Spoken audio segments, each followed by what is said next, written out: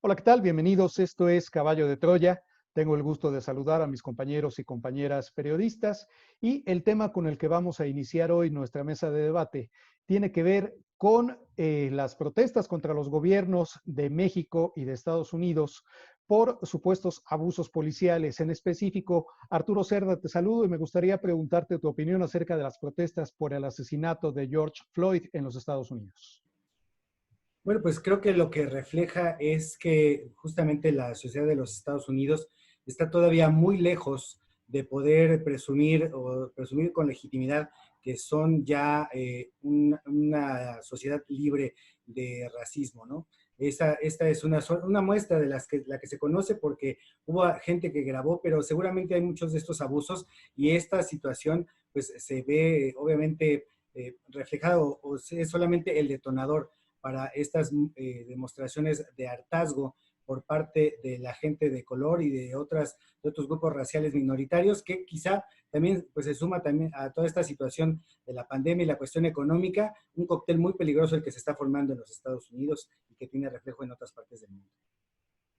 Gracias, Arturo. Y sin duda, pues esto generó acciones del presidente Donald Trump y esto podría tener eventuales consecuencias. ¿Qué nos podrías comentar a este respecto, Miguel de la Vega?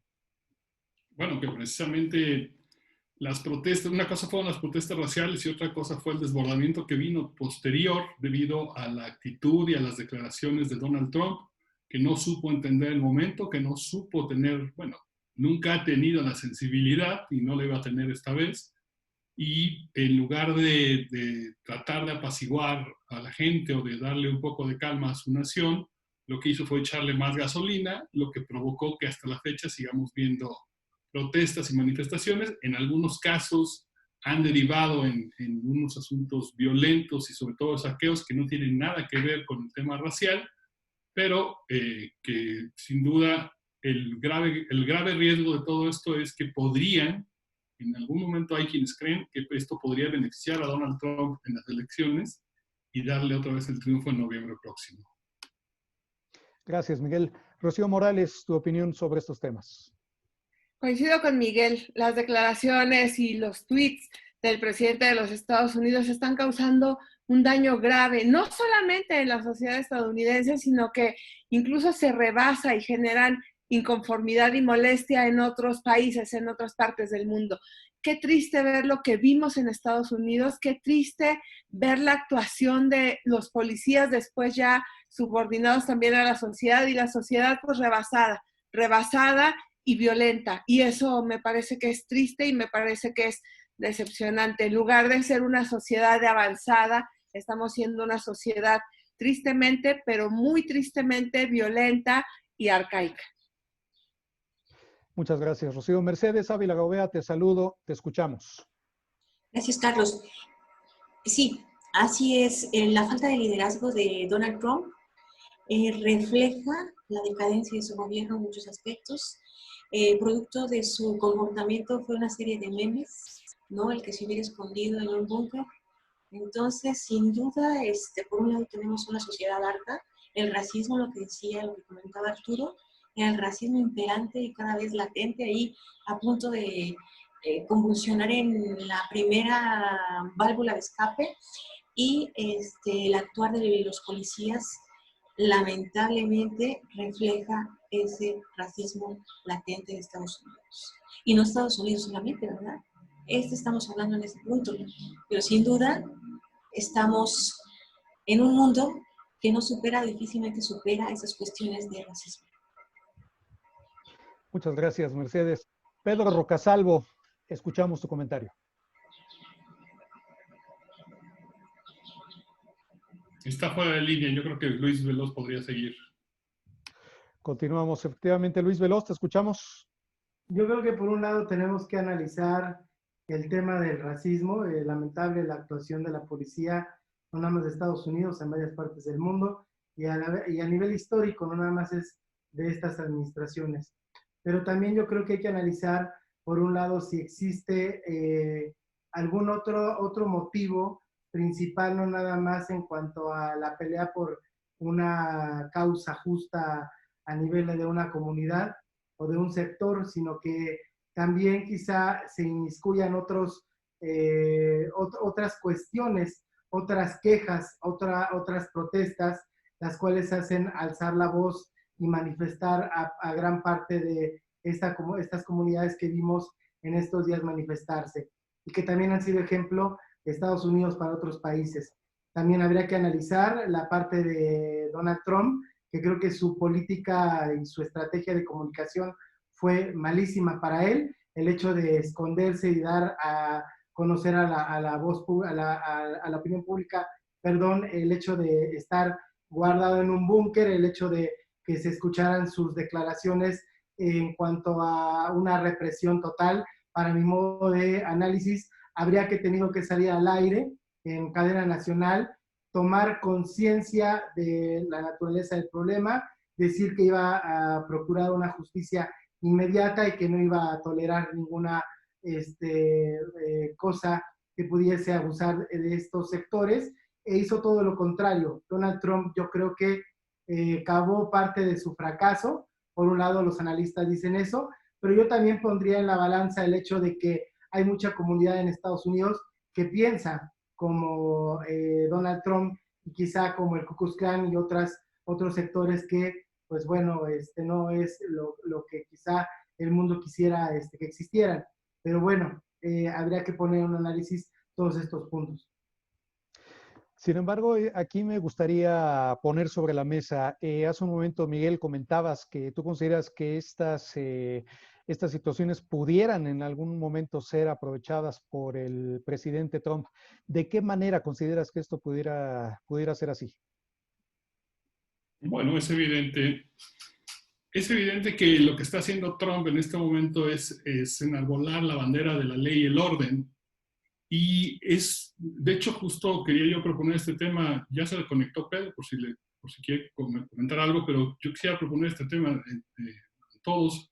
¿Qué pasa con los policías? ¿Estamos de acuerdo todos en que no deben de reprimir, no deben de violar los derechos humanos? Pero la gran mayoría de la gente está de acuerdo en que un policía impida la impunidad de un delincuente. Y es un tema muy delicado. Ayer lo vimos en la Ciudad de México, que lograron contener a un grupo de anarquistas que estaban haciendo destrozos. Podemos decir que es protesta social, podemos decir que es vandalismo, el hecho es que ahí están los destrozos. ¿Qué es lo que debe hacer la policía? Es muy fácil hablar de que hay racismo en Estados Unidos o criticar el actuar de la policía en cualquier parte del mundo, pero cuando lo vemos de lejos, ¿qué pensamos realmente nosotros? ¿Qué piensan ustedes, compañeros, de que un policía haga uso de la fuerza legal, porque la policía tiene el derecho a usar la fuerza contra un delincuente? Es un asunto muy delicado. Hoy por hoy, cuando estamos discutiendo, el jefe de la policía de la Ciudad de México parece que va a presentar su renuncia porque a Claudia Sheinbaum no le gustó que maltrataran o que abusaran, cosa que está muy mal hecha, de una manifestante. ¿Qué se hace en esos casos? Es un tema muy complicado y, si quieren, podemos seguir adelante con el tema de Trump, pero creo que este punto es central en todo esto. Sin duda, aquí habría un punto también muy interesante. Esto que está ocurriendo en México, ¿esto pudiera ser una imitación de lo que está ocurriendo en Estados Unidos? ¿Qué es lo que opinas, Pedro Rocasalvo? Te escuchamos, bienvenido. Hola, muy buenas. Gusto en saludarlos nuevamente. Yo creo que toda movilización a nivel mundial tiene un fin. No porque sea justificado, pero hay formas y hay maneras. Ahorita planteaba Miguel, bueno, la policía tiene la facultad de proteger a la ciudadanía y evitar que los ladrones o la gente que supuestamente va a hacer algo esté alejada de nosotros. Lo que yo estoy viendo es que la policía creo que está excediendo mucho su fuerza con todas las personas de alguna u otra forma. La forma en que ellos actúan aquí, creo que siempre ha sido a favor siempre del delincuente. La víctima siempre va a salir bailando por su Estamos teniendo un problema de la comunicación con Pedro Rocasalvo. de prensa. Y... ¿Me escuchan ahí? ¿Hola? Te escuchamos, adelante. Sí, adelante. Gracias. Comentaba que ¿quién se va a hacer cargo de los atropellos que le hicieron allá a los compañeros de prensa? O sea, vemos por los demás, pero también los compañeros de prensa son personas, son humanos, ¿y quién va a ver por ellos? Y creo que el ver siempre por el ladrón, por el delincuente, es algo para nuestra cada día, al menos en México. Creo que parte de esta movilización es que la gente ya está harta, ya está fastidiada. No es una copia. Cada país está de una forma diferente. Y siento yo que México lo puede hacer de distintas formas y distintas maneras. Claro, fue el ejemplo cuando las mujeres salieron a alzar la voz. Una marcha ordenada, pero que siempre alguien va a querer desvirtuar por completo los movimientos razonados. Ok. Gracias, Pedro. Rocío Morales, estás levantando la mano, adelante, te escuchamos. Y yo creo que estamos perdiendo, o que ya hemos perdido, la dimensión entre la legalidad y la violencia o el levantamiento. Esos anarquistas que estuvieron en la Ciudad de México son los mismos que estuvieron ayer en San Luis Potosí, que por primera vez ayer, en sus más de 400 años de vida, vivió una situación como las que se viven cotidianamente en la Ciudad de México o en Guadalajara. Y los potosinos estamos tristes, pero también estamos decepcionados. Creo que decepcionados la inmensa mayoría de que la policía no haya actuado. Y yo en lo general, por eso digo que hemos perdido la perspectiva, porque defendemos a los delincuentes, porque nos duele que los lastimen, que los detengan con violencia, pero no hay otra forma de detenerlos. No puedes decirle a un anarquista o a un narcotraficante que te permita detenerlo y ponerle unas esposas. Son delincuentes y eso es lo que se nos olvida. ¿Tienen derechos humanos? Sí, pero también tiene que haber respeto hacia las instituciones, hacia la sociedad, hacia los edificios, hacia la propiedad que no es tuya, a la que es privada y a la que estás dañando con tus actitudes. Creo que hemos perdido por completo en todo el país y en muchas partes del mundo esta situación de lo que es legal y de lo que es ilegal, de lo que es violencia, y de lo que es delincuencia con los derechos humanos y con la cuestión de las legalidades. Lo que va a hacer la jefa de gobierno me parece inadecuado, porque entonces estás premiando a los delincuentes. ¿Qué pasa cuando detienen o buscan los policías o el ejército o la marina o la fuerza civil detener a un delincuente y entra a una vecindad o a una colonia donde los padres, las madres, los niños, los ancianos salen con machete a defenderlo? Es un delincuente y eso es lo que hemos perdido de vista. Okay. Muchas gracias, Rocío. Luis Veloz, te escuchamos. Yo creo que juntando el planteamiento que hacía Miguel y tú, Carlos, yo creo que aquí el análisis es el siguiente. Policía tiene que dar un orden y si no hay una mano dura, el gobierno puede perder control a nivel social. Y era lo que a lo mejor a nivel esencia Trump quería preservar, nada más que no tuvo una buena decisión y una buena comunicación. En el caso de México considero que es una copia de lo que Estados Unidos vivió con el caso de Floyd. Pero obviamente el abuso policial no debe de pasar. El hecho de ayer con que patearon el sábado a la adolescente, pues obviamente fue un abuso. Igualmente el hecho de matar a una persona pues no debe de pasar, pero el hecho de que la gente haga lo que quiera también tiene una consecuencia y va a derivar en un estado anárquico, que es lo que menos le conviene ni a México, ni a Estados Unidos, ni a nadie. ¿Qué pasó? Que también otros sectores utilizaron las causas justas para tomar un bolso, un celular o agredir a alguien. Creo que la justicia, el concepto de justicia, viene bien explicado en la definición de los diccionarios.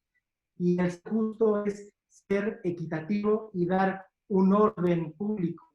Y creo que la policía no está cumpliendo en ese sentido. En cuanto a estos oficiales, yo me refiero, porque por ejemplo en el caso de los patrulleros de Nueva York que aventaron con la camioneta, si ustedes se fijan en el video, ellos supieron hasta dónde los iban a aventar y sin hacerles daño. Creo que hay que poner en la balanza estos puntos. Claudia Sheinbaum, para mí, hizo una buena comunicación, pero una mala decisión. Salió a público, Claudia Sheinbaum está siendo asesorada, para mí, en cuestión de su imagen pública, y lo podemos ver que incluso tiene mejor imagen en cuestión del presidente López Obrador o el gobernador de Jalisco.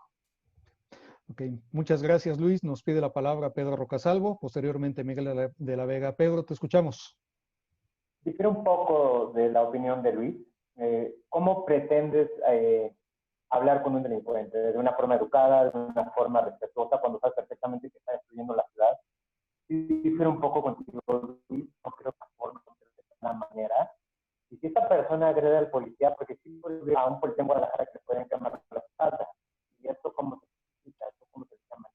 Entonces, estamos viviendo, creo que, en un tablero en donde, sí, en efecto, la justicia no se está inclinando de la forma correcta. Y, por ejemplo, hace rato estaba leyendo que el gobernador de Guadalajara liberó a las personas que participaban en esta movilización el día jueves. Entonces, creo yo que estas personas saben a qué van y cómo van. Claro que van orquestadas, por supuesto que van amañadas hasta ciertos puntos, pero ¿cómo queremos tratarlos? De una forma educada y respetuosa, cuando están rompiendo las cosas, cuando están rompiendo negocios.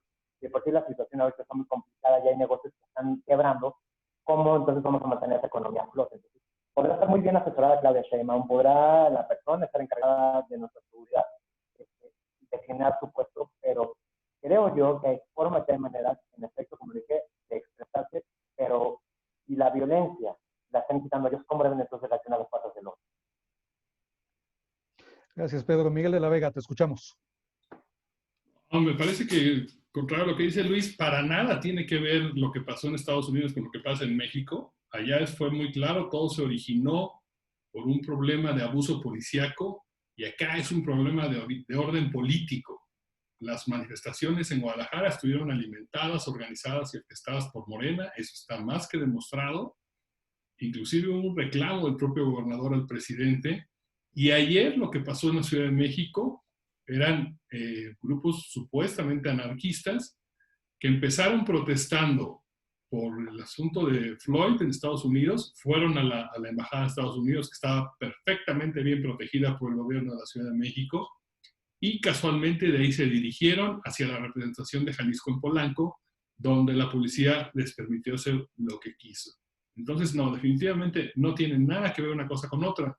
Y un punto que sí quisiera yo comentar, sí es válida, me parece, la violencia, o bueno, no es una cuestión de que sea válida o no sea válida la violencia. La violencia en las marchas de mujeres y en algunas marchas sociales es inevitable y es necesaria porque es la única manera de que volteen a ver los asuntos que son necesarios. Efectivamente, no es lo mejor, claro que no es lo mejor, pero si tomamos en cuenta que se está asesinando a 10 mujeres por día en México, me parece que rayar una pared o prenderle fuego al ángel de la independencia es poco contra la tranquilidad que necesitan las mujeres en este país. Muchas gracias, Miguel. Yo detecto aquí tres diferentes escenarios, evidentemente. Uno, como bien comentas, que tiene que ver con protestas por algo que se considera, o por lo menos hay un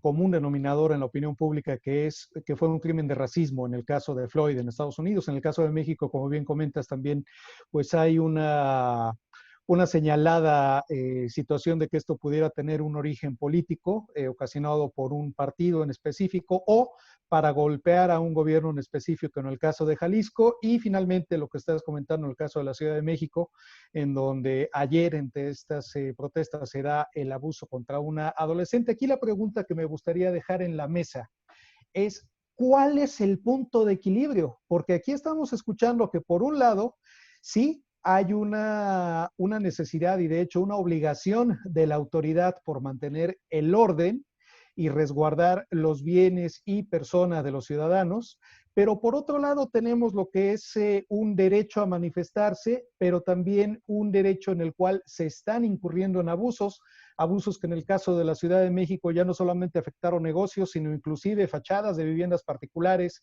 entradas de edificios. Arturo Cerda, por favor, si nos quisieras comentar a este respecto tu opinión.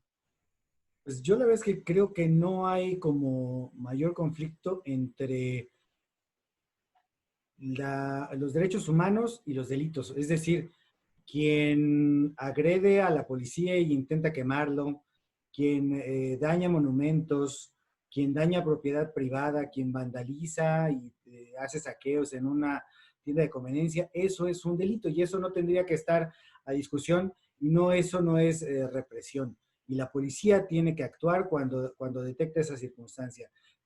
Creo que no puede ser un debate entre hasta dónde podemos cuidar los derechos humanos de la gente que no se manifiesta, que simplemente está vandalizando. Ya y se rompe la línea, ¿no? El gobierno de la Ciudad de México dice, es que no vamos a caer en provocaciones. A mí, por favor, que me delineen bien esa parte, que me expliquen dónde se brinca de una cosa a otra, porque cuando lo que veo es gente rompiendo vidrios, saqueando cosas, agrediendo personas, esto de lo de la chica, pues no hay manera de justificarlo. Ahí la policía tiene que entrar. La protesta es cuando alguien sale y manifiesta su inconformidad, no cuando comete un delito que va en detrimento de la integridad y del patrimonio de los demás, ¿no? Gracias, Arturo. Rocío Morales, tu comentario. Y bueno, yo estoy de acuerdo con Arturo. El que estén provocando al mismo gobierno, acá en San Luis sucedió que uno de los diputados de Morena, que por cierto mucha gente a nivel nacional y en algunas partes del mundo alaban, al famoso Mijis, que no deja de ser aunque ahora es diputado, no deja de ser un pandillero, no deja de ser un delincuente y no deja de tener un historial negro que él ha querido disfrazar de una buena imagen, pero que el viernes en la sesión del Congreso del Estado, en donde muchas de las frases que ayer utilizaban los vándalos que destrozaron el Congreso del Estado, Estamos teniendo un poco de problema con la conexión de Rocío Morales. Rocío, regresamos si me escuchas. Los escucho bien, ¿me escuchan ustedes a mí? Comentaba yo de esta situación que se está viviendo en San Luis Potosí, aunque coincide un poco con lo que sucede en México, fue provocada por un diputado local de Morena, el famoso Mijis, al que mucha gente le da pues una estatura que quizá no tenga y que no deja de serla, aunque sea un diputado, es un delincuente, es un pandillero, es un vándalo, y ayer lo dejó claro. Qué triste que tengamos que estar viviendo esta situación, y coincido con Arturo, eso no es libertad de expresión. Eso no es expresión de una queja o de una denuncia. Eso es delincuencia, eso es vandalismo y eso se tiene que castigar. Muchas gracias, Rocío. Mercedes Ávila Gobea, te escuchamos. Sí, coincido precisamente en que el vandalismo es uno y el reclamo de justicia es otro. Y sin duda para Estados Unidos el caso Floyd es, seguramente coincido con varios analistas, el fin de la administración de Trump, eso lo veremos, y aquí en nuestro caso, sin duda, el reclamo de justicia es uno, el vandalismo es otro, las provocaciones también, entonces es una mezcla de provocaciones. Vandalismo como parte de esas provocaciones y por otro lado se enganchan con el reclamo de justicia. Ese es mi comentario, Carlos. Muchas gracias. Luis Veloz, te escuchamos. Yo lo que quise explicarme en cuestión de lo que decía Pedro y lo que decía Miguel, la policía, el gobierno y la sociedad tienen que respetar el derecho, la ley, y no se ha hecho. O sea, debe ser claro que todo el mundo debe respetar la Constitución en el caso de nuestro país, sean policías, sean manifestantes, sean comunicadores. Y en la cuestión de lo que yo quise explicar es que México, ciertos sectores, utilizaron lo que está ocurriendo en Estados Unidos para hacer, con sus fines obviamente, su versión mexicana de lo que ocurre en Estados Unidos. Es lo que yo quise dar a entender. A lo mejor no lo hice de esa manera, pero ahora sí que un espejo, trataron de verlo como un espejo con algo que había ocurrido aquí. Gracias, Luis. Y algo que creo que no debemos perder de vista es el contexto en el que estas situaciones están ocurriendo, que es un contexto de pandemia mundial, un contexto en el que en nuestro país las cifras de personas fallecidas, las cifras de contagiados siguen creciendo, en las cuales escuchamos constantemente al subsecretario Gatell decir que estamos en la punta y que estamos ahora sí en el pico de la pandemia. En este contexto me gustaría también pues ahora adentrarnos un poco en ese tema y en ese contexto que no debemos perder de vista. Se están dando estos fenómenos sociales, pero todavía estamos en un escenario de pandemia. Arturo Cerda, te escuchamos.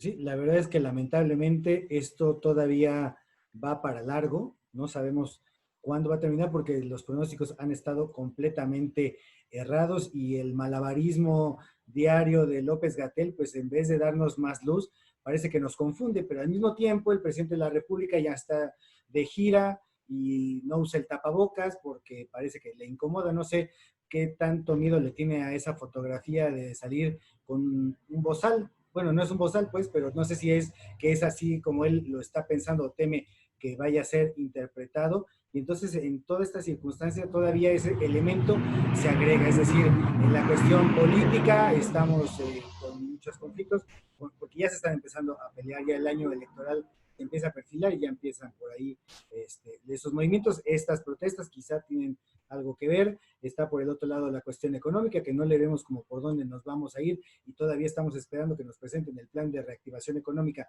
por parte de la Secretaría de Hacienda. Y en cuestión de salud es, por favor, quédense en casa, pero pues yo ya me voy a dar la vuelta porque el país tiene que seguir. La verdad es que yo estoy muy, muy confundido y muy temeroso de cómo va a evolucionar esta circunstancia. Muchas gracias, Arturo. Miguel de la Vega, ¿cuál es tu opinión a este respecto? ¿Cómo percibes tú esta nueva normalidad con estos hechos que están sobre la mesa? Pues veo que estamos exactamente igual que cuando estábamos en cuarentena. Se supone que ya se levantó o que ya terminó la jornada de distanciamiento social, pero el país sigue, de acuerdo con el mapa de la Secretaría de Salud, sigue completamente en rojo, en semáforo rojo. Entonces, en términos reales, estamos en un momento de contagio muy fuerte y no veo manera, o sea, lo que veo es una irresponsabilidad muy grande del gobierno federal queriendo lavarse las manos y decir, bueno, yo ya cumplí, ahora es problema de los gobiernos estatales, y los gobernadores o la jefa de gobierno tratando de ver cómo diablos enfrentan este problema. La propia de Claudia Sheinbaum, que es muy cercana al presidente, tuvo que crear un comité científico para determinar cuántas personas se han muerto en la Ciudad de México, porque las cifras oficiales simple y sencillamente son de risa. Y el problema que comentábamos hace rato con Alfaro, pues es también lo mismo, y a ellos se suman gobernadores como el de Tamaulipas, el de Michoacán, Nuevo León, Coahuila. Son varios los que tienen desacuerdos con el gobierno y que están tratando de enfrentarlo como mejor puedan, ¿no? Entonces, si los que quedan a la deriva son los ciudadanos, unos que pueden salir, o más bien unos que tienen que salir por necesidad y los que pueden quedarse en su casa o de manera bastante privilegiada. Gracias, Miguel. Aquí me gustaría hacer un breve apunte, un paréntesis, hablando precisamente de este tema de los gobernadores, que incluso pues se han hecho llamar el grupo de los 7 en cuanto a la posibilidad de poner un hasta aquí al pacto federal como está planteado ahora por el Ejecutivo o inclusive modificarlo. A esto se estaría sumando, ya tenemos una información, se estaría sumando Javier Corral, está buscando ya el acercamiento con este grupo para anexar al estadio de Chihuahua, entonces, el estado de Chihuahua, quiero decir, entonces ya no sería un grupo de los 7, ya sería un grupo de los 8 de darse este agregue. Esto es información que tenemos de última hora, de buena fuente, tenemos esta información de fuente confirmada. Luis Veloz, pediste la palabra, te escuchamos. Posteriormente, Mercedes Ávila Gobea. Luis, te escuchamos. Y aquí hay que tomar en cuenta el ejemplo que está dando la autoridad del gobierno en cuestión de la nueva normalidad. Es muy diferente a lo que necesita la sociedad, que es cuidarse. Si el presidente no decide utilizar el cubrebocas y prefiere ir a una gira de algo que no es más importante que la salud de la nación, pues obviamente la sociedad lo toma a la ligera y podemos ver que con la necesidad de trabajo, pues podemos también contemplar el sistema de transporte colectivo metro, que está casi diario ya en ciertas estaciones con mucha número de registro de usuarios, y pues bueno, a la larga esto puede traer consecuencias en que el número de contagios crezca y de muertos crezca hasta parecerse al de Brasil. Lo vemos muy, muy distante, pero quién sabe qué vaya a pasar en estos próximos 15 días. Gracias. Mercedes Ávila Gobea, te escuchamos. Posteriormente, Pedro Rocasalvo. Sí, Carlos. Mira, a esa barbaridad de negarse a usar el cubrebocas por parte del López Obrador, sumamos las nanopartículas de cítricos, otra barbaridad. Y la otra barbaridad, el decir que pues no mentir, no robar y no traicionar ayuda mucho a que tú no te contagies de coronavirus. Son barbaridades que abonan a esta laxitud, ¿no?, en las medidas para evitar el contagio. ¿Por qué? Porque ¿quién lo toma en serio? ¿Quién toma en serio esas declaraciones? Entonces tú dices, pues si lo dice el presidente, ¿no? O lo dice una autoridad. Entonces son barbaridades que abonan a que muchos no tomen en serio este regreso a una nueva normalidad. Gracias, Mercedes. Pedro Rocasalvo, te escuchamos. Yo no veo que realmente ni siquiera se esté achatando, ya no digo aplanando la curva de contagios. Es muy alarmante, muy preocupante. Creo que, reitero, la falta de comunicación, porque en la mañana alguien dice una cosa, en la tarde otra cosa, y lo único que va a pasar es que vamos a terminar siendo el epicentro mundial. Eso yo lo veo muy claro.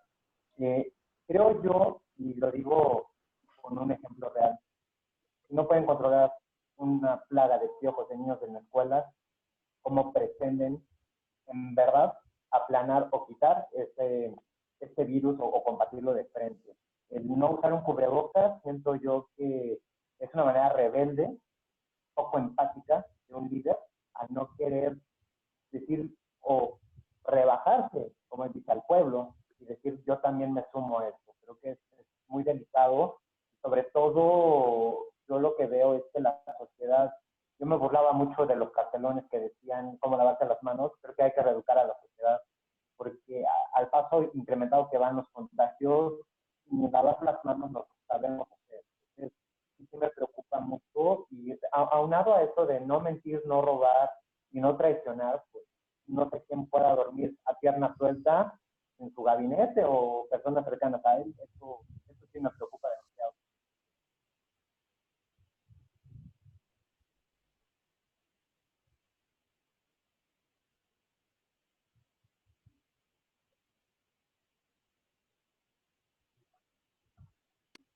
Carlos, yo creo que estás fuera de línea. Sí, estoy teniendo un poco de problemas con mi señal, ya los escucho ahora sí. Muchas gracias, Pedro. Rocío Morales, nos gustaría también conocer tu opinión a este respecto, esta nueva normalidad. Ya escuchamos lo que pues es o ha sido el papel del gobierno, la forma como está respondiendo la sociedad. Sin embargo, creo que también algo que estamos olvidando y que es importante es el papel que está teniendo la iniciativa privada. ¿Tú cómo lo ves, Rocío? ¿Cómo ves estos tres aspectos? Complicado. Creo que Arturo lo dibuja muy bien porque lo conoce muy bien por todo el tiempo que lo siguió.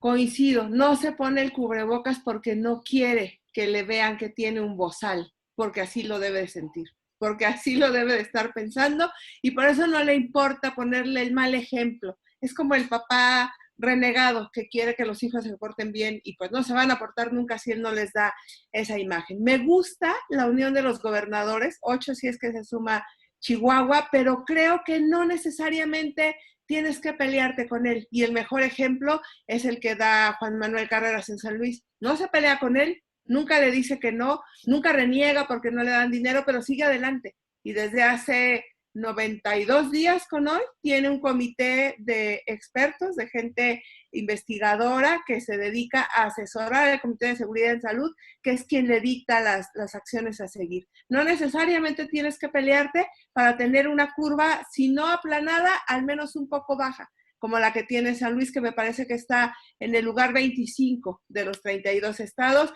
y eso es importante porque a final de cuentas, aunque la gente esté en la calle, aunque la gente va y viene, ya muchos sectores trabajando y abriendo incluso lugares que no son esenciales, la tasa se mantiene baja y esperemos que así se mantenga porque yo al menos no me quiero contagiar y procuro cuidarme. Pero sí, también coincido contigo en esta situación de los sectores. Y qué triste es ver a la iniciativa privada con los gobiernos, ante los medios de comunicación, siendo solidaria, mostrándose afectiva, cuidando la salud de su gente y de la sociedad en la que se desenvuelve, pero también a la vez con el garrote exigiéndole al gobierno que abra todo y que ya los deje trabajar porque ya no pueden más. Coincido en que sí, es difícil la situación, pero ¿por qué das una cara y luego muestras otra? Creo que tampoco eso es congruente y creo que habría también que poner un orden ahí. Y como decía Arturo, hay que saber cuidarnos, hay que aprender a cuidarnos. Ya estamos fuera muchos o ya están afuera muchísimos más.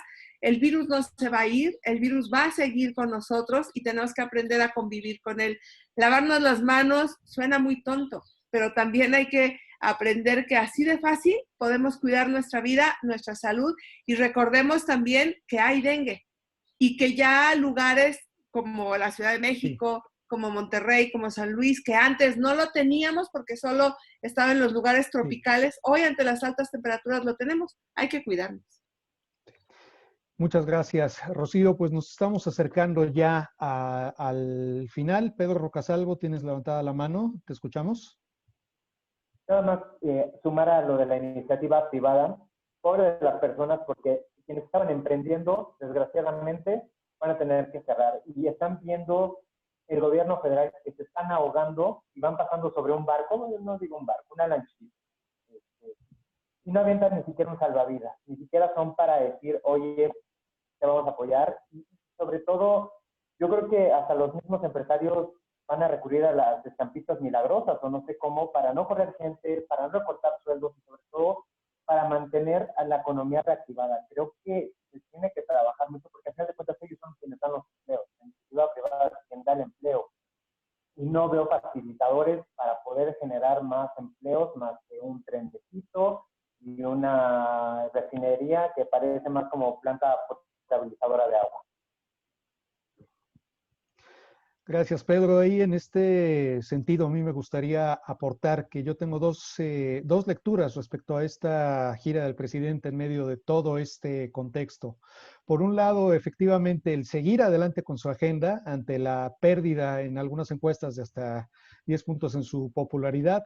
Y por otro lado, un mensaje entre líneas a reactivar la economía en los sectores. Sin embargo, coincido en que se ha olvidado de la clase media, está pensando en la base de la pirámide, en quienes lo llevaron al voto y no está pensando en las pequeñas y medianas empresas que son las que generan al menos 9 de cada 10 empleos, según información del INEGI. Nos acercamos ya al final. Arturo Cerda Díaz, tus comentarios de cierre. Te escuchamos.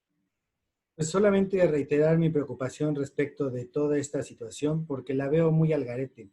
No, yo entiendo que es una situación inédita y ningún gobierno en el mundo realmente tiene la fórmula o la receta, el protocolo general para poder crear o darle paso a toda esta circunstancia, ir dejando atrás lo sanitario, abordar lo económico y al mismo tiempo controlar la situación social que se pueda generar. Pero aquí veo como que estamos todavía mucho más lejos de toda esa situación, porque no hemos podido domar la pandemia. Si domar la pandemia es que cada vez estén subiendo los números de enfermos, pero que son muchos menos de los que hubieran habido si no hubiéramos hecho nada, es como decir que si mi abuelita tuviera ruedas sería bicicleta. Es decir, hablamos de lo imposible. Tenemos que actuar con respecto a las cosas reales, al mundo real, y eso es lo que creo que tristemente hoy está pasando. Me preocupa mucho. Sí tenemos que reactivar la economía, tenemos que retomar todavía, bueno, todos los sectores, pero de una manera ordenada que hoy no veo cómo se vaya a dar. Muchas gracias, Arturo. Miguel de la Vega, tus reflexiones finales. Pues en el tema del coronavirus queda claro que sí se aplanó la curva. Bueno, se aplanó, pero en sentido vertical. Y va a permanecer así durante un buen tiempo. Entonces, no nos queda de otra más que hacernos cargo de nosotros mismos. Si alguien está esperando que el gobierno actúe, no lo va a hacer. No lo va a hacer en términos sanitarios, no lo va a hacer en términos económicos. Y como dijo Arturo, estamos al garete y bienvenidos a la nueva normalidad. Muchas gracias, Miguel. Rocío Morales, tus comentarios de cierre para esta emisión. Preocupada, me quedo preocupada y me quedo triste por lo que está viviendo mi país en cuanto a la violencia y en cuanto a las reacciones de situaciones que no debieran ser, sí estoy de acuerdo, pero que tampoco podemos nosotros permitir o seguirlo permitiendo. Ojalá alguien reaccione, ojalá la sociedad y la autoridad se unan y esto termine. Y coincido también con Arturo y con Miguel, estamos al garete. Somos responsables de nuestra salud, nadie más que nosotros va a ver por nosotros mismos. Cuídese, use un tapabocas, lávese las manos, cargue con un gel y cuidémonos todos. De mi salud depende la de ustedes y de la de ustedes depende la mía.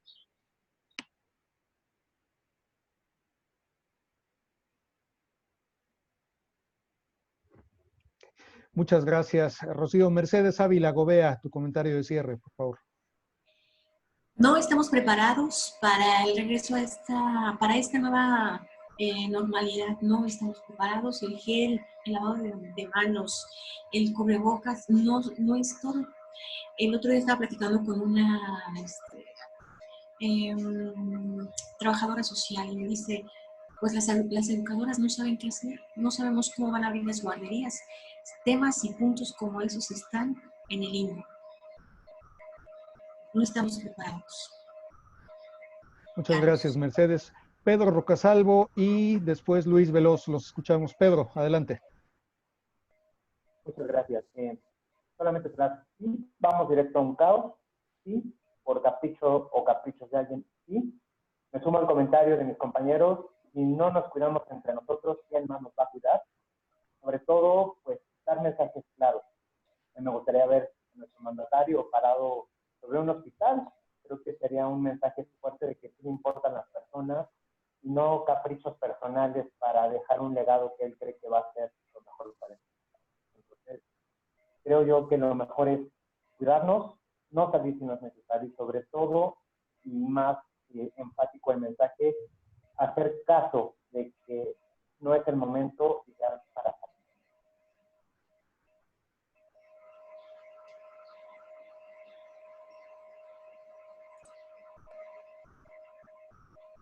Muchas gracias, Pedro.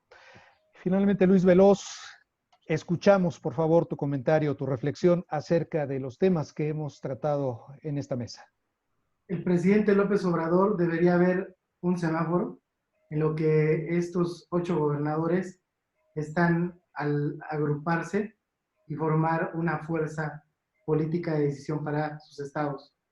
Si en los próximos meses la cuestión económica y sanitaria del país se le va de las manos al presidente, quién sabe qué vaya a pasar. Él debería ver esto como un semáforo que ya se le está poniendo en rojo. Muchas gracias, Luis. Pues ahí finalmente me gustaría comentar que creo que dada la importancia de los hechos que se han suscitado esta semana, yo lo priorizaría dándole un primer lugar a la salud, porque lo que estoy viendo tanto en Estados Unidos como en México, como en otras partes del mundo, es que se está actuando como si no hubiese una amenaza a la salud latente allá afuera. Sin embargo, no se debe perder de vista, obviamente, las causas que están llevando a que la gente esté saliendo a las calles. Por un lado, el racismo en lo que tiene que ver con los hechos ocurridos en Estados Unidos y las protestas que esto ha generado alrededor del mundo.